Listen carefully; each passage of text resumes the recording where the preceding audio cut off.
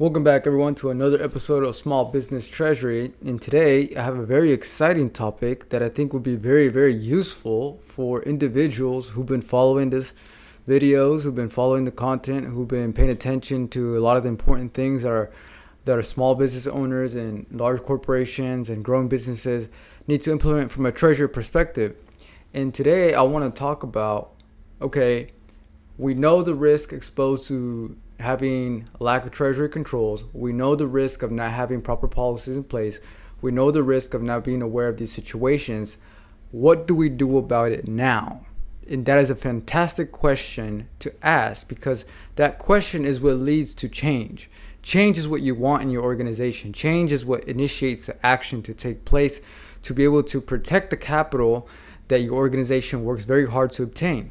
Okay, so the number one thing that you need to remember when it comes to implementation of all of these different strategies and all of these different topics and risk exposures within your organization is, who is your primary banking partner and relationship manager that you have in your corner? Okay, especially if you have an organization that has multiple bank accounts, multiple banks across the city or across states or across the nation. All right, it's just depending on your organization. But who is your main banking partner and who is your relationship manager?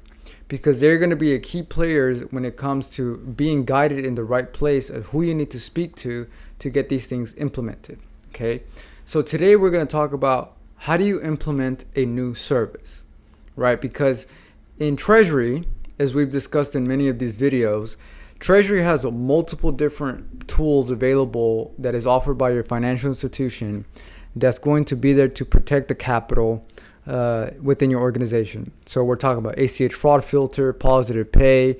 We're talking about dual controls. We're talking about ACH credit and wire limits. We're talking about additional approvals for exceptional or exceptions of a wire amount or unique payments, right? So Treasury as a whole, we can list out hundreds of different services that you need to implement within your organization, but not every organization needs all of those services all at once. Many times what you need as a growing organization is just a handful.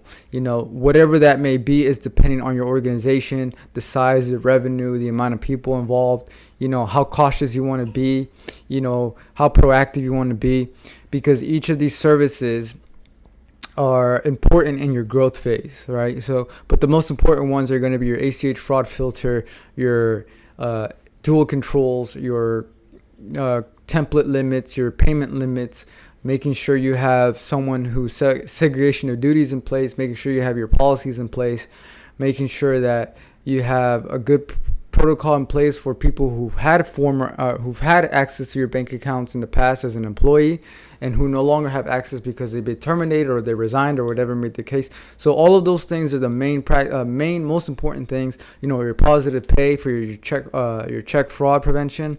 So all those things are very important in the growth phase when you're transitioning from just a small team into taking awareness of your treasury function, right? So to implement these things, the process is fairly the same all the way across, whether it's just for a handful or all the way to the enterprise level where you need 100 different services available for your organization. But the first thing you want to do is you want to reach out to your relationship manager at the bank, at your primary bank, and ask them to redirect you to to the individual who holds the title of the TMO, the Treasury Management Officer at your financial institution. Okay, if you bank with Chase, you ask your relationship manager, who is your direct contact, to redirect you or to get you in contact with the TMO. The TMO is the individual whose sole job is to help new clients of the bank or existing clients of the bank implement new treasury services for your organization. Now, this is where it gets very, very nuanced, because a lot of these TMOs and relationship bankers and treasury specialists at the bank, they get paid on commission on how many services they sell you. So it's very, very important that you go in there with the list of services that you've consulted with your executive team, with your advisor, with your treasury advisor, your treasury expert, your treasury consultant, and requesting that you only need implemented of this handful of individual services available at the bank. Because if not, just like any other salesman, they're going to try to sell you with a whole bunch of other products and services that you do not need, that you're going to be paying for, and you're not really aware of the benefits that come with it with your particular organization.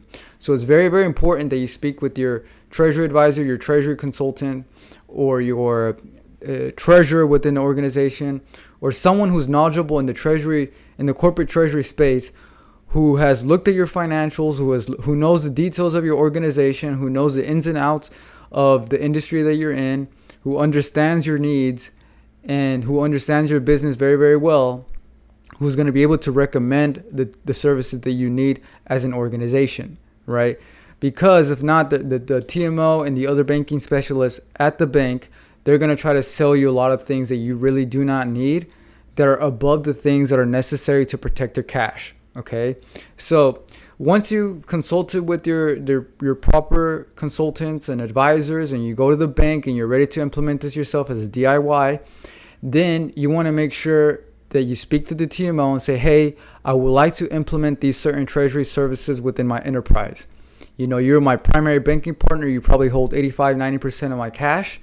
And I want to implement these services within my enterprise because I want to protect my capital. I want to make sure that as we grow and we're scaling and we're continue to acquire new companies or expand our business, that we're protecting this capital, right? And they're going to be able to look at the list that you provided, right, that you went over with your advisor, and look at the services that you need.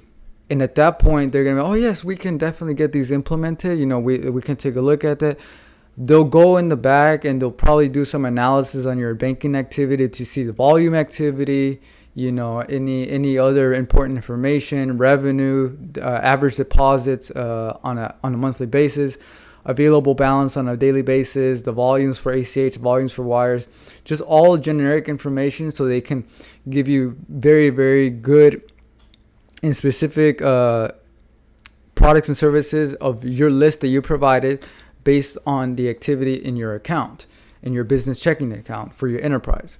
At that point, they'll probably host an onboarding call or a call with their quote unquote treasury specialists. Treasury specialists are the individuals who work along the TMO to implement these things for your account within the enterprise. Okay, so you as the founder, the C-suite executive, the CFO, maybe the CEO, the founder, whoever it may be, you go into your relationship manager, request to speak with the TMO, the treasury management officer of your bank. Maybe it's a regional bank or maybe it's a local bank. Most big banks have a TMO per branch. Sometimes it's per region, right? So depending on the size of the bank and depending on the bank, your TMO may be at the same bank or maybe at a downtown bank or a downtown location, right?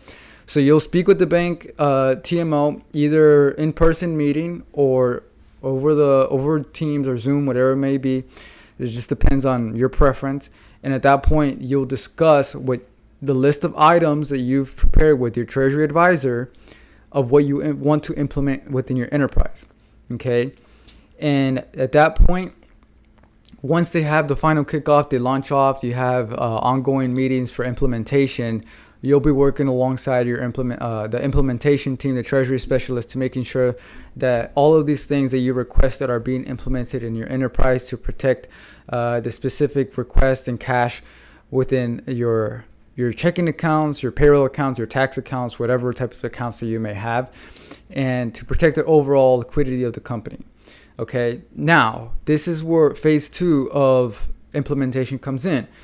Once the TMO and the treasury specialists at the bank have implemented these things within your organization, within your banking platform for your checking accounts, it's now your job as the CFO, the CEO, the founder, the C-suite, head of accounting, head of finance, to make sure you maintain all of these good practices, these good policies, making sure that you're maintaining all of the work that was put up front to implement, to make sure now you have an ongoing maintenance routine to keep things going. Because there's no point in going ahead and implementing dual approval if you don't create policies for dual approval. Or there's no point in creating ACH limits and wire limits, if people can find a way to go ahead and bypass policy because there's nothing written in place within the organization, and they can just go ahead and process it as usual, right? So the whole purpose of implementation is to get things up and running, but then is also to make sure that you're enforcing policies. So policy is created at the same time as implementation, right? So as your CFO is working with the bankers to implement Treasury products and services into your accounts, you want to make sure at the same time those policies are being created, right? At the corporate level, at a $1 billion company, we have very strict Treasury policies and protocols in place for everything that we do. Everything related to Treasury, we have policies in place, right? So that's why anything that you implement on from a Treasury services perspective, you have to have an equal amount of work for the policies in place. Your employees have to be trained. Your finance staff have to be trained and aware of the new policies in place, because a lot of their old habits that they once had prior to the implementation are going to continue to be there, and they continue to linger. And at the same time, many of their existing rights have been removed, right? So for example, if you had a staff accountant who was able to initiate, approve, and release ACH payments in the banking portal, and then you go ahead and get your Treasury specialist and the TMO to implement dual approval for all payments related to ACH in the banking platform, now all of a sudden this staff accountant who was once able to initiate payments, approve, and release all by themselves now have to go and get approval from a manager. And that manager has to work closely with the staff accountant to release those payments, right? It could be initiate, approve, release. It could be initiate, approval, and release. So the most common function that is in place for an analyst and a manager is the analyst goes ahead and initiates, the manager approves it, and the analyst goes ahead and releases it, right? So the manager is always there involved as a form of a dual approval. But the point of implementing that into your organization is that now you have to have a policy in place. So the CFO has to write up a policy and say, hey, the new policy for initiating payments is that you have to initiate, you have to get a manager approval in the banking platform, sign off with the token, and then you go ahead and release it. And then you create other policies that follow after that. It may be that you save the wire or the ACH confirmation, wire confirmation in a certain folder. It may be that you save those documents into an executive folder, right? It may be that you have to attach the invoice associated with that payment along within a different folder. So whatever policies you have in place from what you decide as a C-suite, your founders, your CEO, that has to be implemented, informed of the new policies to your staff, and at the same time train the staff, because the access that they once had in the past are no longer going to be available once you implement proper Treasury protocols and policies in place. So that's very, very important, okay? So when you implement with your TMO, the equal side to that internally for your organization is going to be that you implement policies and procedures of the new implementation from the TMO. Anyways, that's all. If you have any questions, reach out to me. You can put them in the comments and I'll do my best to make a video on it, specifically answering that question. If you want to get in touch with me personally so we can discuss your specific problem, your specific situation, maybe you have a particular question that you want to get answered for your organization and you don't need an entire Treasury team, we can go ahead and discuss it together, and we can go ahead and create a plan for you specifically so you can resolve these obstacles and these issues within your organization.